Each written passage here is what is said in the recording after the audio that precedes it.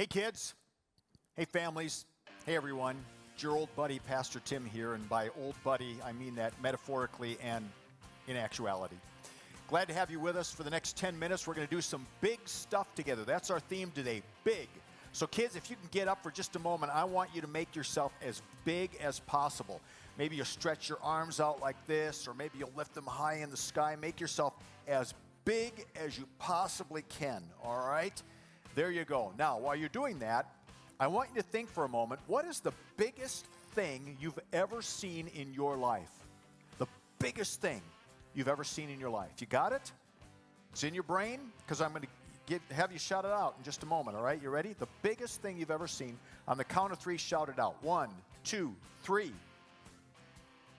All right. Excellent. Okay, so here's some of the things that I heard. A mountain. That's pretty big. An ocean. That's a good one. I heard somebody say elephant. That's pretty big.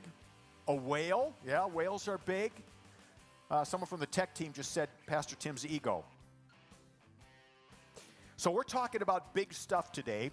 And so we've got a story for you about a big guy and a bigger God. And we're going to start with a song about a great big God. Let's go. Come on, kids. Let's sing along. Let's have some fun. Come on. Come and dance with us. Don't know where you lay your head or where you call your home. Don't know where you eat your meals or where you talk on the phone. Don't know if you've got a cook, a butler, or a maid. Don't know if you've got a yard with a hammock in the shade.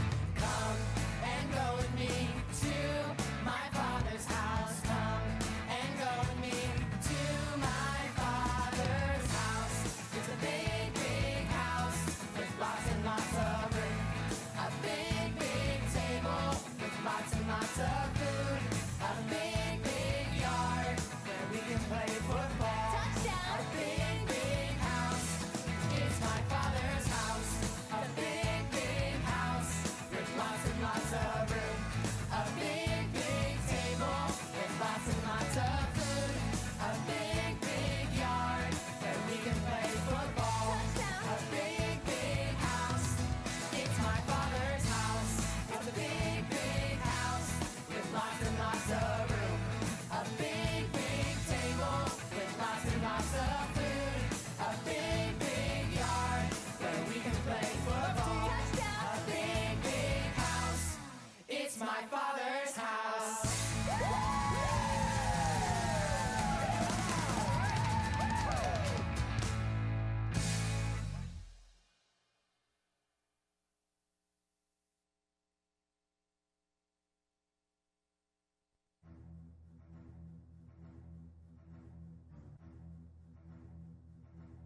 Hey everyone, Goliath here. Goliath the giant, Goliath of Gath, the Philistine hero. I know what the problem is. You don't recognize me with this particular helmet on. Some of you spotted this is not your usual Philistine helmet, and that's true. This helmet was worn by Victor Mature in the movie Demetrius and the Gladiators back in the 1950s, and I had to borrow it because, well, I lost my Philistine helmet.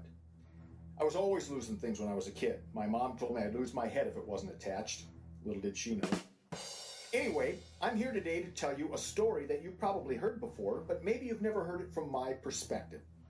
We now know it as the story of David and Goliath. I like the version Goliath and David. But anyway, here's how it goes. I was with the Philistine army, and we were fighting against the Israelite army. And so my job was to protect as many people as possible. And so every day I would go down right in the middle of the battlefield and I would call out the Israelite army. And I told them to send their best champion and we would fight man to man, mano a mano. And whoever won that little one-on-one contest would win for their whole army. So we were saving lives.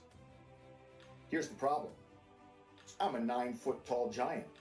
They didn't have anybody that tall in the Israelite army. And so every single day I would walk out and I would say to them, send out your best soldier. Let's fight. And never, ever did anybody come out. So it got to a point where after day 20, I would just bring out my lawn chair and I'd put my lawn chair down and I'd issue my call. And then I would sit there, I had earbuds, I'd listen to some music. Usually it was the Partridge Family or B.J. Thomas. I had my Kindle book with me, I'd read some books. And every day, for 40 days, it was the same thing. So one day, on the 40th day, I've issued my challenge. I'm eating a piece of mutton. What's mutton, you ask? Well, you sing it every year. I'm getting mutton for Christmas. Boom.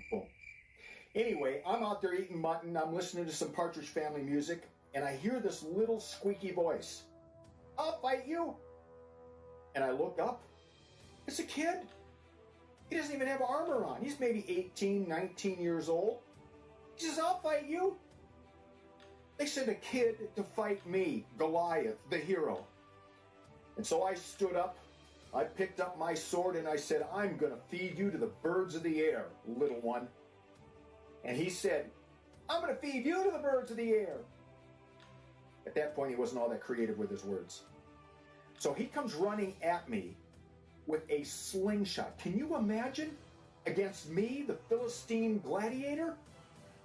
I started to laugh at him. But then, well, there's a song about it. Not my favorite song, but it captures the essence of the story. You want to sing it with me? Only a boy named David, only a little sling.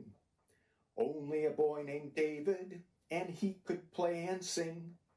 Only a boy named David, only a rippling brook. Only a boy named David, and 5 little stones he took. And 1 little stone went in the sling, and the sling went round and round. And 1 little stone went in the sling, and the sling went round and round. And round and round and round and round and round and round and round and round and round and round. And 1 little stone went up in the air. And the giant came tumbling down. Here's what happened. In my Philistine helmet, there's a little space right there, right in my forehead. And that stone hit me square in the forehead. It embedded itself in my forehead like a jewel in a crown. My forehead was my Achilles heel. And as I was about to face plant in the ground, I thought to myself, nothing like this has ever entered my mind before. David won the day. The moral of the story, God is greater than any giant. I learned that. I've learned to appreciate David's God. He is the God. And so no matter what you're facing, no matter how hard it seems, your God is bigger than that. And that's what I've learned from the story of Goliath and David. See you all later. Thanks for having me for church today.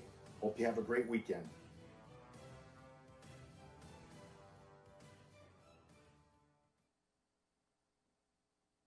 So kids, I want you to remember for the rest of this week and on into next week that God's love is bigger than the biggest thing that you can imagine. God's love for you is bigger than a mountain. God's love for you is bigger than an ocean. It's bigger than an elephant. It's bigger than a giant. God loves you, and God always will. Thanks for joining us, kids. Can you raise your hands in the air? And I'm going to say, the Lord be with you, and you say, and also with you. The Lord be with you. Great job, kids. Thank you.